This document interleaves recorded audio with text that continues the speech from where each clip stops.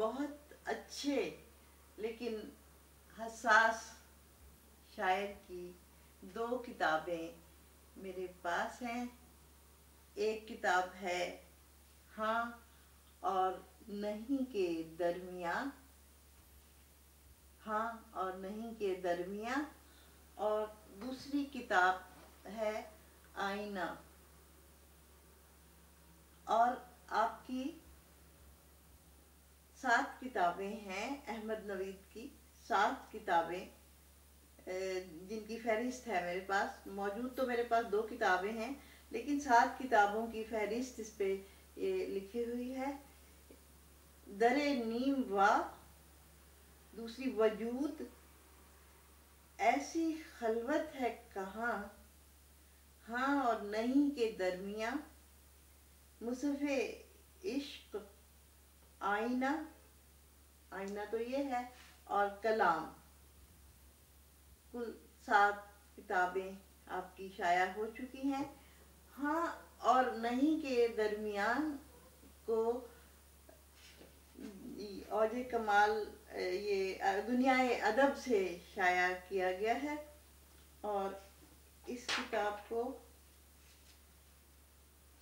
گہوارہ ادب خورشید بیگم میموریل عزیز آباد کراچی سے کے زیر اہتمام اس کو گہوارہ ادب سے شائع کیا گیا ہے.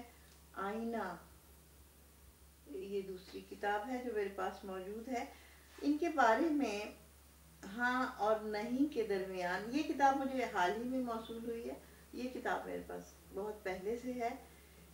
اس میں ہاں اور نہیں کے درمیان میں عفت نوید صاحبہ نے ایک بہت ہی اچھا مضمون لکھا ہے احمد نوید کے بارے میں. ان کی بیگم صاحبہ ہیں اور انہوں نے ان کے بارے میں انتہائی محبت سے اور دلسوزی سے ایک مضمون تحریر کیا ہے. وہ لکھتی ہیں،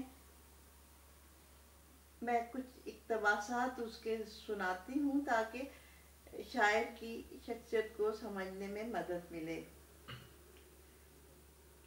وہ یوں بھی اپنے آپ کو شاعری پر قربان کر چکا تھا.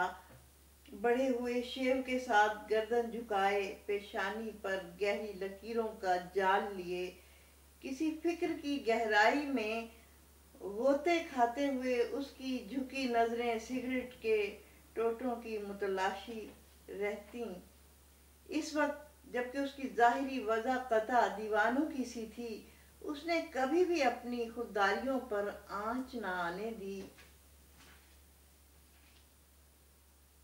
وحشتوں کی انتہا پر اپنے آپ کو نروس بریک ڈاؤن کے ممکنہ حملے سے بچانے کی خاطر وہ لوگوں کے دروازوں پر دستک دیتا، مگر مطلوبہ دوست اسے بیکار جان کر گھر میں ہوتے ہوئے بھی اپنے گھر میں نہ ہونے کی اطلاع اپنے بچے یا نوکر کے ذریعے بھیج دیتے. اور یوں اس کے پہلے سے منتشر ذہن میں چیونٹیاں رینگنے لگتیں. وحشت کے ساتھ ایک اداسی بھی اس کے دل و دماغ پر حاوی رہتی. ایسے میں اس کا یقین و اعتماد متزلزل ہونے لگتا. وہ خود کو غلط سمجھتا اور شدید قسم کا احساس کمتری محسوس کرتا. معاشی پریشانیوں کی زنجیر الگ اس کو جکڑے رہتی اور وہ سب کچھ چھوڑ کر نوکری کی تلاش میں نکل جاتا. اور نوکری مل بھی جاتی مگر آگہی کا عذاب، اس کی وحشتیں وہاں بھی اس کا پیچھا نہ چھوڑتی. اسی کا ایک اور حصہ، آخری حصہ، اس میں کافی بڑا مضمون ہے. ایک جگہ انہوں نے لکھا ہے کہ خود پسند احمد نوید اپنے مقام سے اچھی طرح واقف ہے، ہر اچھے شعر کو سراہتا ہے، اپنے جونیئر ساتھیوں کے ساتھ کلام کو دوسروں سے اپنے جونیئر ساتھیوں کے کلام کو دوسروں سے متعارف کراتا ہے. اس کا رویہ انکسار پسند شعراء سے بہت مختلف ہے. وہ اپنے تمام شعراء کو بڑا مانتے ہیں مگر ان کا رویہ اس کے برعکس ہوتا ہے۔ ایک بار جمیل جالبی کا مضمون پڑھنے کا اتفاق ہوا۔ انہوں نے لکھا کہ اب لوگ ادب کی خاطر قربانی نہیں دیتے۔ ادب فل ٹائم جاب ہے۔ اچھا ادب اس لیے تخلیق نہیں ہو رہا کہ لوگ ملازمت بھی کرتے ہیں اور ادب بھی تخلیق کرتے ہیں، لیکن لوگوں کو ایک مثبت سوچ اور پیغام دینے کی دانشور کو کتنی بڑی قربانی دینی پڑتی ہے، اس کا اندازہ محض ساحل پر کھڑے ہو کر نہیں لگایا جا سکتا۔ اس کے علاوہ عفت نوید نے لکھا کہ احمد نوید آج جس مقام پر ہے اس میں بلا شبہ اس کی اپنی ہمت اور استقامت کو بڑا دخل ہے، ورنہ اسے رد کر دینے والے حاسدین کی فہرست طویل ہے۔ احمد نوید کی حساسیت اور فکری نہج نے اس کے دماغ کو ہلا کر رکھ دیا۔ اس کی حساس فطرت کو دیکھتے ہوئے خیال خاطر احباب کی ضرورت ہے، ورنہ جب آپ گینوں کو ٹھیس لگتی ہے تو اس کی سزا احمد نوید کو نہیں، مجھے اور اس کے نروس بریک ڈاؤن کے ممکنہ خطرے کی صورت میں ملتی ہے۔ میں نہیں چاہتی کہ احمد نوید دنیا کی سفاکی کا شکار ہو کر کہیں اعصابی تناؤ کا شکار ہو، اور میرے بچوں کو ایک صحیح دماغ باپ کے سائے کی ضرورت ہے۔ عفت نوید نے یہ 94 میں 25 دسمبر 94 کو اس میں یہ مضمون تحریر کیا تھا۔ پرانا مضمون ہے، اور اب ان کی جو یہ نئی کتاب آئی ہے اس میں انہوں نے جو انتصاب عفت، رشک، رامیش اور الہام کے نام اور لکھا ہے کہ سینے سے میرے زہر اترنے نہیں دیتے، سینے سے میرے زہر اترنے نہیں دیتے، زندہ رہیں وہ لوگ جو مرنے نہیں دیتے۔ یہ ان کا شعر ہے۔ اب میں اس میں سے آپ کو ان کی شاعری سنانا چاہتی ہوں تاکہ یہ پتہ چلے کہ وہ شاعر کتنے اچھے ہیں۔ اور یہ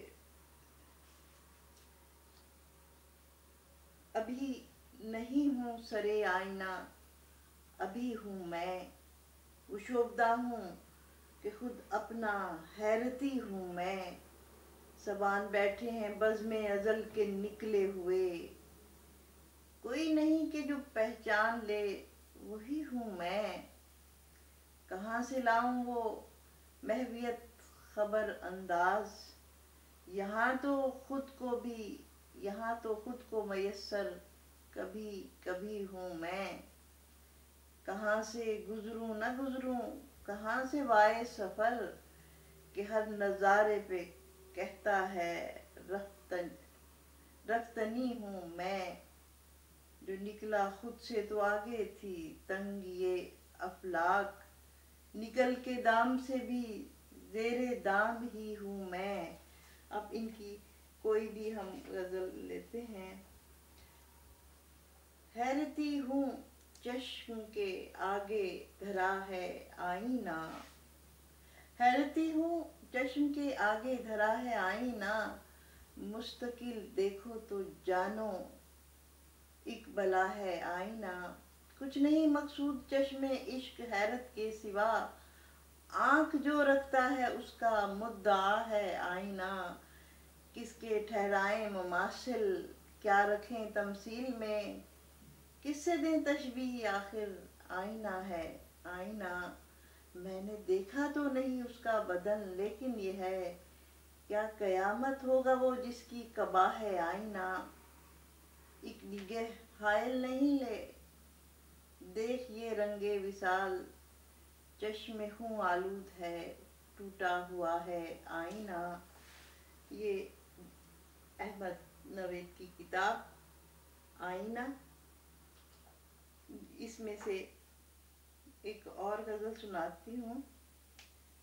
وہ حسن دیکھنے کی تاب لے کے آیا ہوں، نہ جانے کون سے اعصاب لے کے آیا ہوں، تیری گلی میں نکلنے کو دل ہے پھر بے تاب، ابھی ابھی اسے بےتاب لے کے آیا ہوں، جہانے کوہنا میری عزت سے بچ نہیں سکتا، نیا زمانہ ہوں سیلاب لے کے آیا ہوں، مجھے ڈبوئے گا کیا کلزمِ تموج وقت، میں خود کو عشق میں غرقاب لے کے آیا ہوں، سکوت بزم کہن کا جمود توڑنے کو، صدائے نغمہ و مضراب لے کے آیا ہوں۔ اسی طرح کی عمدہ غزلوں سے ان کی شاعری بھری ہوئی ہے۔ تمام جہاں سے بھی آپ پڑھ کے یوں نہ خود کو سرے آئینہ تماشا کرنا، چشم ہوتی نہ میں حیرت کی تمنا، یوں نہ خود کو سرے آئینہ تماشا کرتا، چشم ہوتی نہ میں حیرت کی تمنا کرتا، بے کرانی کا سراب اس پہ جو کھلتا، پس شوق قطرہ خود کو نہ کبھی شامل دریا کرتا، میں خدا ہوتا تو کیا میں بھی پسے بود و نبود بیٹھ کر ہونے نہ ہونے کا تماشا کرتا، ہاتھ آتی عوض عمر متاع یوسف، خود کو یہ عشق جو ہم تاب زلیخا کرتا، حسن جو آپ ہو قامت میں قد آئینہ، اس پہ حیرت کے سوا آئینہ بھی کیا کرتا، دل کہیں تھا نگاہ و دل کہیں ذہن کہیں، دل کہیں تھا نگاہ و چشم کہیں ذہن کہیں، مہلت عمر میں کیسے انہیں یکجا کرتا، نہ سہی مژدہ گل باد خزاں ہی آتی، کوئی آتا در زندہ تو کوئی واہ کرتا۔ بہت خوبصورت شاعری، میں نے ایک شعر پڑھنے کے لیے اس کو دیکھا تھا اور میں نے پوری غزل پڑھ دی۔ یہی ان کا کمال ہے کہ ہر شعر اور ہر غزل بہت عمدگی سے لکھی ہے احمد نوید نے، اور انہیں جس طرح سے وہ دنیا کا ڈٹ کے مقابلہ کر رہے ہیں، کرنا چاہیے، اچھے شاعر ہیں، دنیا انہیں سہولت دے اور ان کو آسانی دے، اور اس دعا کے ساتھ کہ وہ رہیں، کامیاب ہوں اور ان کے بچے بھی ترقی کریں اور وہ خوش رہیں، اس دعا کے ساتھ ان کی ایک اچھے شاعر احمد نوید، کتاب آئینہ اور ہاں اور نہیں کے درمیان، صبیحہ صبا اردو منزل .com